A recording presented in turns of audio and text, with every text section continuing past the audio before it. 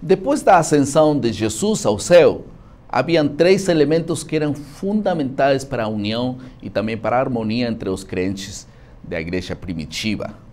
Em primeiro lugar estava o estudo da Bíblia, estava a oração e o companheirismo. Esse será nosso tema da lição de Escola Sabatina dessa semana.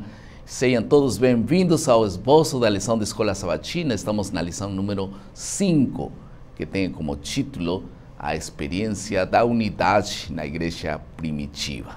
Vamos falar sobre essa experiência e vamos nos concentrar apenas em três questões. Em primeiro lugar, vamos falar sobre a unidade como requisito para o derramamento do Espírito Santo. Em segundo lugar, nós vamos falar sobre a unidade e a missão da igreja. E em terceiro lugar, vamos falar sobre as características da unidade verdadeira. Tudo bem? Vamos ao primeiro assunto então. A unidade como requisito para o derramamento do Espírito Santo.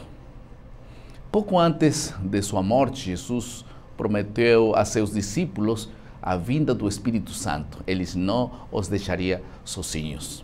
Assim, então, enquanto os 120 discípulos, lembram, aguardavam o cumprimento dessa promessa, ao mesmo tempo eles estavam, diz a Bíblia, perseverando unânimes em oração e em petição, em rogo para Deus. Aqueles 10 dias entre a ascensão de Jesus e o Pentecostes, provavelmente se constituiu um período de intensa preparação espiritual, uma espécie de retiro espiritual.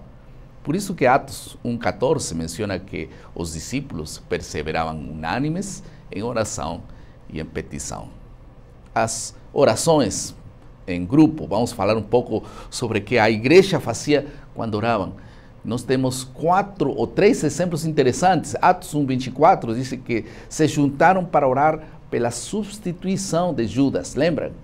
Outro momento é Atos 12,5, que diz que houve orações como igreja para pedir a libertação de Pedro.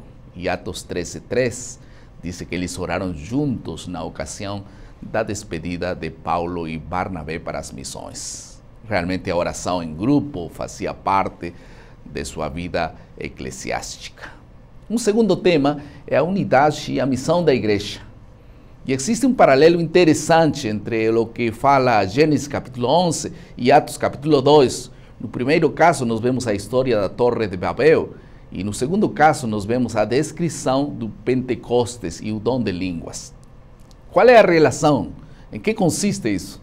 Na Torre de Babel, de Gênesis 11:6, se descreve 3 características das pessoas que estavam construindo a Torre de Babel. A Bíblia diz que todo esse povo era um. Também diz a Bíblia que o povo tinha uma só língua. E também a Bíblia fala que o povo tinha um só propósito, uma só missão, construir a torre. E Deus estava realmente preocupado com esta unidade, porque não era boa, porque se eles estavam continuariam, nada os faria desistir, diz a Bíblia. E parece que Deus conhecia esse potencial da unidade e até onde conhecemos, poderiam realmente fazer muito se Deus não intervinha. Então Deus também se juntou, diz a Bíblia, Gênesis 11:7, portanto, vamos descer, diz Deus, e confundir a língua deles. E só assim eles puderam parar com esse trabalho. Por outro lado, no Pentecostes encontramos uma igreja que também estava unida, falava uma só língua e também tinha uma só missão. Mas esta união, esta unidade, vinha de Deus. Foi uma unidade apoiada por Deus.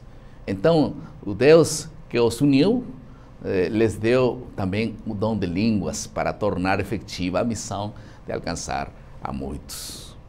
Qual é a lição de tudo isso? Quando há uma igreja unida, em um só espírito, em uma só missão, nada poderá impedir o avanço do sonho de Deus para essa igreja de evangelizar o mundo.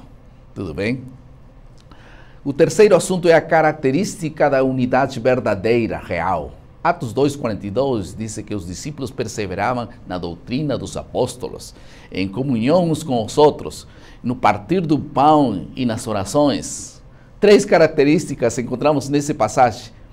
Esta nova comunidade de crentes comprometeu-se, em primeiro lugar, a aprender os ensinamentos de Jesus na boca dos apóstolos. Em segundo lugar, em comunhão com Deus e uns com os outros, diz a Bíblia. E em terceiro lugar, eles gostavam e gastavam muito tempo participando, partindo pão e orando.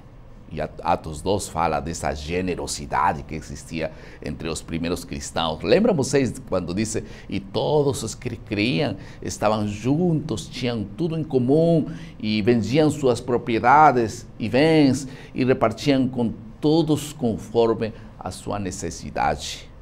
Uma das parábolas apocalípticas que está no livro de Mateus capítulo 25, descreve esta generosidade entre os crentes dos últimos dias.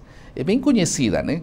Mateus 25, 34 e 36 al 36, diz que então dirão o rei, aqueles, né, que estão à sua direita, benditos de meu Pai, possuem aquela herança, o reino de Deus que está preparado para vocês desde a fundação do mundo.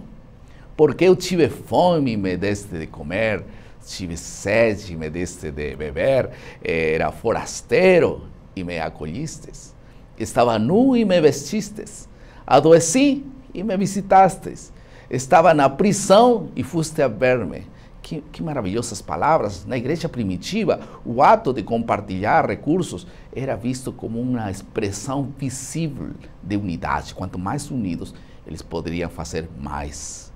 O apóstolo da generosidade, podemos dizer que nos últimos dias nós vemos que este ato deveria ser similar.